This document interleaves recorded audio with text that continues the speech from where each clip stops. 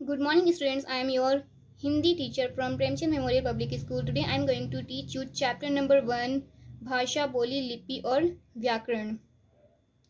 इस पाठ में हम भाषा के कितने रूप होते हैं यह पढ़ेंगे। बोली किसे कहते हैं, लिपि किसे कहते हैं, व्याकरण किसे कहते हैं तथा इसके कितने प्रकार होते हैं। भाषा सामाजिक व्यवहार का वह माध्यम है जिसका संबंध जीवन के सभी पक्षों से है। मनुष्य की प्रवृत्ति ही ऐसी है कि वह अपने अंतःकरण में उत्पन्न होने वाले भावों या विचारों की अभिव्यक्ति किए बिना नहीं रह सकता। मनुष्य अपने भावों एवं विचारों को प्रकट करने के लिए अनेक साधनों का प्रयोग करता है, जैसे रोकर, हंसकर, ध्वनियों द्वारा, संकेत द्वारा आदि। किंतु इन्हें हम भाषा नहीं कह सकते, क्योंकि भाषा के लिए निश्चित ध्वनियों की आवश्यकता होती है, जिनके माध्यम से व्यक्ति बोलकर अपने भावों व विचारों को दूसरों के समक्ष प्रकट करता है तथा दूसरा व्यक्ति सुनकर उसके विचारों को समझ पाता है। ठीक है, तो भाषा अपने भावों और विचारों को प्रकट करने का एक साधन है और इसके लिए लिखने की भाषा के लिए निश्चित ध्वनियों की आवश्यकता होती है। कौन सी ध्वनियां होती है? निश्चित ध्वनियों की आवश्यकता होती है, जिनके माध्यम से व्यक्ति बोलकर अपने भावों व विचारों को दूसरों के समक्ष प्रकट करता है और दूसरा व्यक्ति क्या करता है? उनको सुनकर विचारों को समझता है। चित्र को देखिए और समझिए। सामने दिए चित्र में समाचार वाचिका बोलकर अपने विचार प्रकट कर रही है तथा दो व्यक्ति उसे सुनकर समझ रहे हैं, अतः यही भाषा है। बोलना और सुनना भाषा का मूल रूप है। तो यहाँ पर चित्र दिया गया है, जो समाचार वाचिका है वो अपना समाचार सुना रही है और दो व्यक्ति क्या कर रहे हैं? सुन रहे हैं।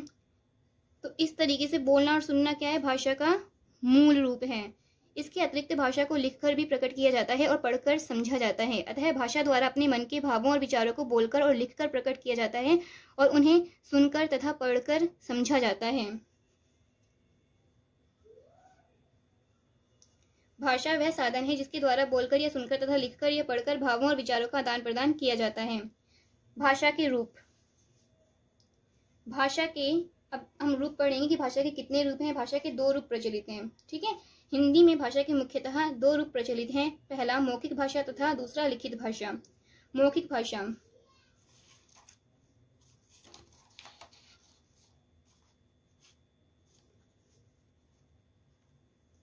जब मन के भावों और विचारों को बोलकर प्रकट किया जाता है तथा सुनकर समझा जाता है तो उसे मौखिक भाषा कहते हैं।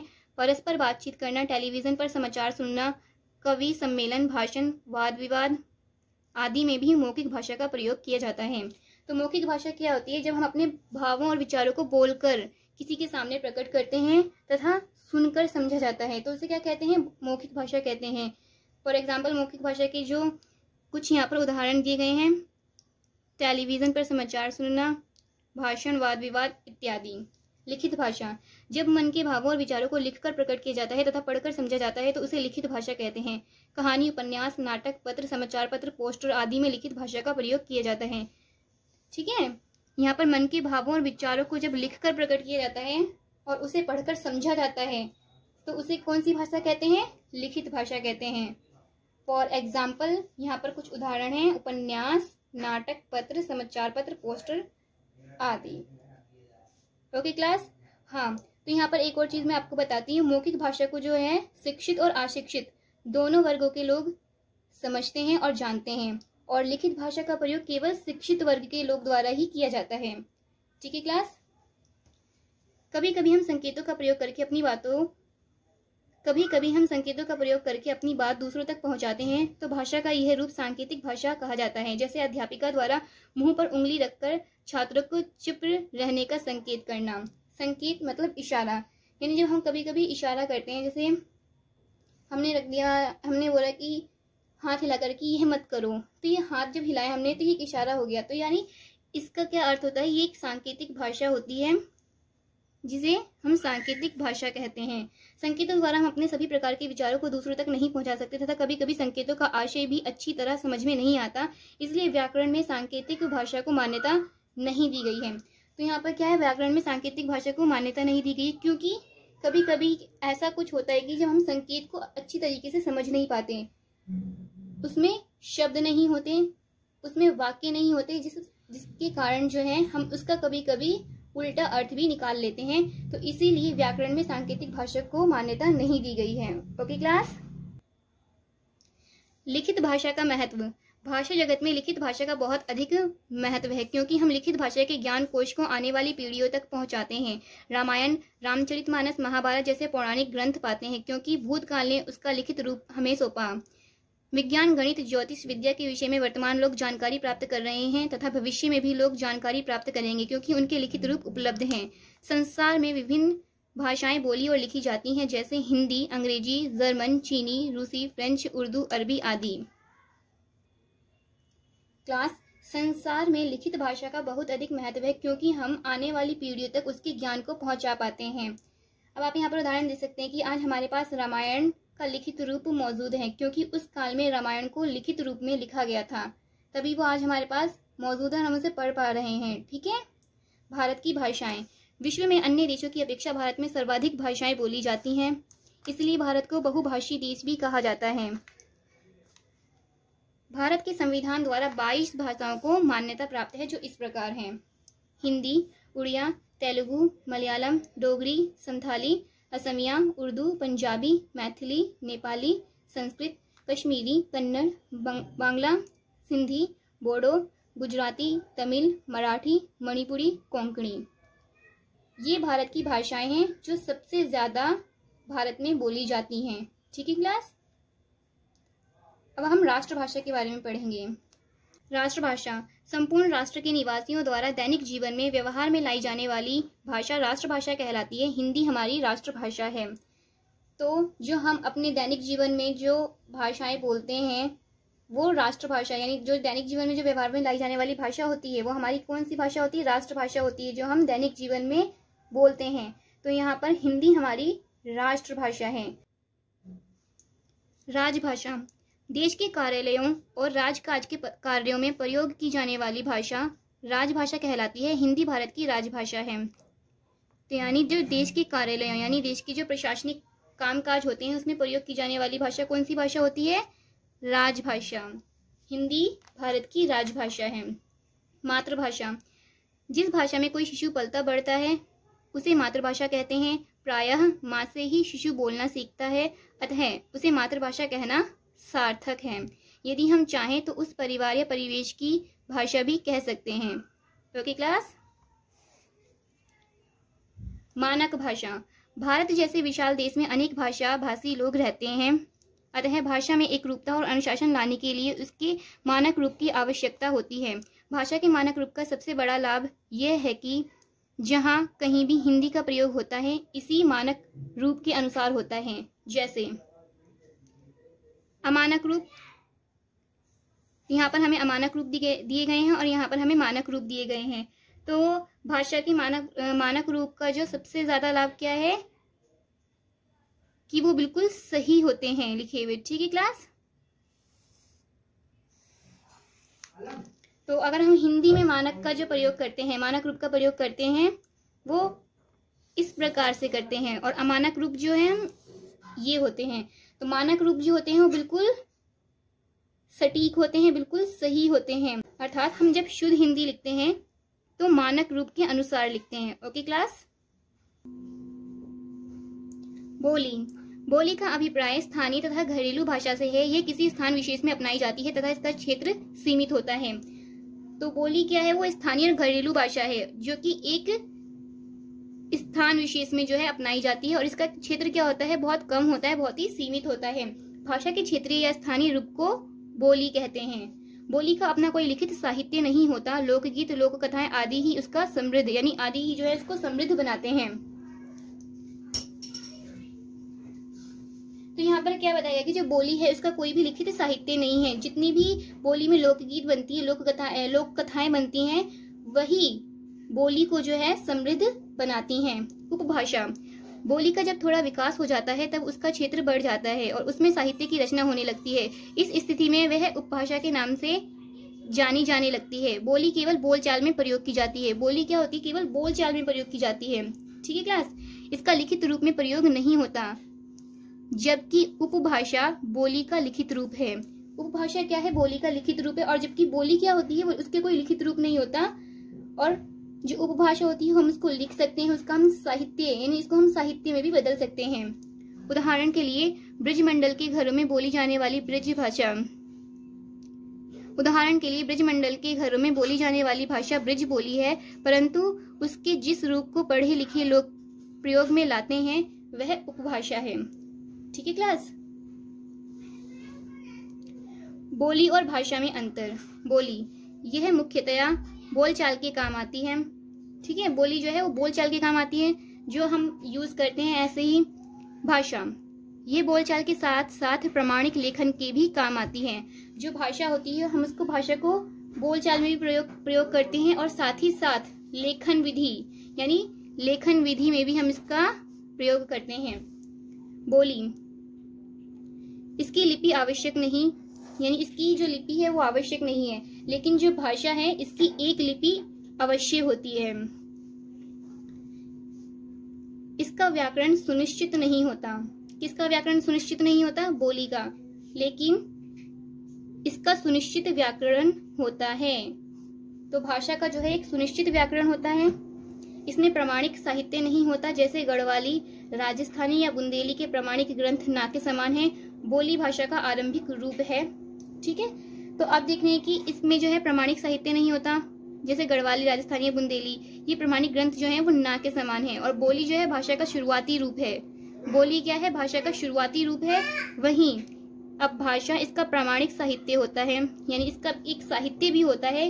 निराला प्रसाद, प्रेमचंद, कबीर, तुलसी हिंदी के प्रमाणिक रचनाकार हैं। ठीक है क्लास। वहीं भाषा बोली का विकसित, परिमार्जित और मानक रूप है। तो भाषा क्या है? एक विकसित है। किसका विकसित रूप है? बोली का। और परिमार्जित और मानक रूप भी है, जिसे हम बिल्कुल शुद्ध यानी शुद्ध मानक रूप है। इसका क्षेत्र बहुत सीमित होता है, जैसे हरियाणवी केवल हरियाणा तक सीमित है। ठीक है, जो बोली होती है उसका क्षेत्र क्या होता है? बहुत ही सीमित होता है। जैसे हरियाणवी हरियाणा में बोली जाती है, पंजाबी पंजाब में। ठीक है क्लास।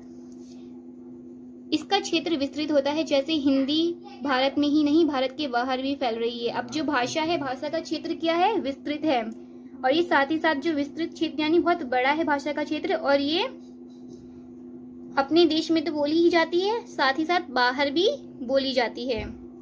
ठीक है क्लास। विस्तृत भाषा का हम एक और उदाहरण देख सकते हैं, जैसे अंग्रेजी। अंग्रेजी पूरे अंतर्राष्ट्रीय स्तर पर बोली जाती है, तो ये भाषा का क्या है? विस्तृत क्षेत्र कहलाता है। ठीक है।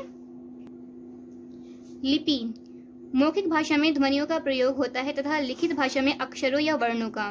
ठीक है, मौखिक भाषा में किसका प्रयोग हो रहा है? ध्वनियों का। और लिखित भाषा में अक्षरों या वर्णों का। प्रत्येक लिखित भाषा में हर ध्वनि के लिए कोई ना कोई चिन्ह निश्चित होता है और इन चिन्हों को वर्ण या अक्षर कहते हैं। क्या कहते हैं? वर्ण या अक्षर। और अक्षरों या वर्णों के चिन्हों को लिखने की विधि लिपि कहलाती है। क्या कहलाती है? लिपि। हमारी राष्ट्रभाषा हिंदी व संस्कृत देवनागरी लिपि में लिखी जाती है। इसी प्रकार अंग्रेजी भाषा रोमन लिपि में, उर्दू भाषा फारसी लिपि में, पंजाबी भाषा गुरुमुखी लिपि में लिखी जाती है। ठीक है क्लास। व्याकरण। व्याकरण वह शास्त्र है जो भाषा के नियमों को एक स्थान पर एकत्र करके उन्हें पाठकों तक पहुंचाता है और समाज में उस भाषा का मानक रूप प्रतिष्ठित करता है तथा भाषा में स्थिरता और शुद्धता लाता है। व्याकरण भाषा के नियमों को क्या करता है? भाषा के नियमों को बनाता है ताकि भाषा को शुद्ध रूप में बोला जा सके, शुद्ध रूप में लिखा जा सके। ठीक है क्लास। और उस भाषा में स्थिरता भी प्रदान करता है। अतः किसी भाषा के शुद्ध रूप का ज्ञान प्राप्त करने के लिए उसके व्याकरण का गहन अध्ययन अनिवार्य है। और साथ ही साथ भाषा के शुद्ध रूप का ज्ञान प्राप्त करने के लिए व्याकरण का अध्ययन करना बहुत जरूरी है, क्योंकि व्याकरण के ज्ञान के बिना भाषा का शुद्ध प्रयोग असंभव है। तो व्याकरण के अगर व्याकरण का ज्ञान नहीं होगा तो भाषा को ना हम शुद्ध रूप से बोल सकेंगे, ना ही हम शुद्ध रूप से लिख सकेंगे। वह शास्त्र जो हमें किसी भाषा के शुद्ध रूप को लिखने तथा बोलने के नियमों का ज्ञान कराता है व्याकरण कहलाता है। ठीक है क्लास। अब हम पढ़ेंगे व्याकरण के अंग। व्याकरण के अंग। व्याकरण के 4 अंग होते हैं। कितने अंग होते हैं? 4। पहला वर्ण विचार, दूसरा शब्द विचार, तीसरा वाक्य विचार, चौथा पद विचार। भाषा की सबसे छोटी इकाई अक्षर अथवा वर्ण है। इस भाग में वर्णों के प्रकार, भेद, उच्चारण और उनके प्रयोग के बारे में विचार किया जाता है। तो भाषा की सबसे छोटी इकाई क्या है? अक्षर अथवा वर्ण। और इस भाग में क्या होता है कि वर्णों के जो प्रकार, भेद, उच्चारण, यानी वर्णों के प्रकार, भेद, उच्चारण और उनके प्रयोग के बारे में चर्चा की जाती है। ठीक है क्लास। दूसरा, शब्द विचार। वर्णों के मेल से शब्द बनते हैं। किसके मेल से शब्द बनते हैं? वर्णों के मेल से। इस भाग में शब्दों के भेदों, उत्पत्ति, रचना आदि के विषय में विचार किया जाता है। तो इस भाग में क्या होता है? शब्द विचार में शब्दों के भेद, ठीक, उत्पत्ति, रचना इत्यादि पर विचार किया जाता है। थर्ड है वाक्य विचार। शब्दों से वाक्य बनते हैं। किससे वाक्य बनते हैं? शब्दों से, यानी इनसे, शब्द से वाक्य बनते हैं। इस भाग में वाक्यों के भेदों, रचना, विराम चिन्हों आदि पर विचार किया जाता है।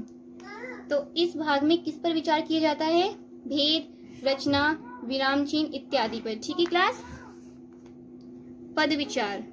इसके अंतर्गत संख्या, सर्वनाम आदि पदों के स्वरूप तथा प्रयोग पर विचार किया जाता है। ठीक है। इनमें संख्या, सर्वनाम आदि पदों के स्वरूप तथा उनको इस्तेमाल की जाने वाले पदों पर विचार किया जाता है। ओके। साहित्य। किसी भी भाषा के ज्ञान के संचित कोश को साहित्य कहा जाता है। भाषा के ज्ञान के संचित कोश को साहित्य कहा जाता है। हर भाषा में विद्वानों, कवियों और लेखकों द्वारा जो ज्ञान, अनुभव या विचार लिखित रूप में पाठकों के समक्ष रखा जाता है वही साहित्य होता है। ठीक है क्लास। आगे आने वाली पीढ़ी इसी को पढ़कर उनके विचारों को जान पाती है। तो क्लास, साहित्य विद्वानों और कवियों द्वारा लिखा जाता है और पाठकों के समक्ष पढ़ने के लिए दिया जाता है ताकि वह उनके विचार पढ़ सकें और ग्रहण कर सकें। ठीक है। साहित्य की विधाएं। साहित्य की दो मुख्य विधाएं हैं, गद्य साहित्य, पद्य साहित्य। गद्य साहित्य कहानियां, निबंध, उपन्यास, पत्र, नाटक आदि गद्य में लिपिबद्ध किए जाते हैं। पद्य साहित्य, जब विद्वान लोग अपनी बात कविता के माध्यम से कहते हैं तो साहित्य का यह रूप पद्य साहित्य कहलाता है। रहीम के दोहे पद्य साहित्य के उदाहरण हैं। दोहे, चौपाइयां तथा कविताओं के अन्य रूप पद्य साहित्य के अंतर्गत आते हैं। गद्य साहित्य में क्या आते हैं गद्य साहित्य में? कहानियां, निबंध, उपन्यास, पत्र, नाटक, ये सभी गद्य साहित्य में आते हैं। वहीं पद्य साहित्य में कविता के माध्यम से जो हम कहते हैं या बोलते हैं या जो हम लिखते हैं वो पद्य साहित्य के अंतर्गत आते हैं। फॉर एग्जाम्पल, जैसे हम इसमें कुछ उदाहरण देख सकते हैं, दोहे, चौपाइयां तथा कविताओं के अन्य रूप जो हैं पद्य साहित्य के अंतर्गत आते हैं। Class, I hope you understood it very well, and if you have any query regarding it, so you can ask me. Thank you.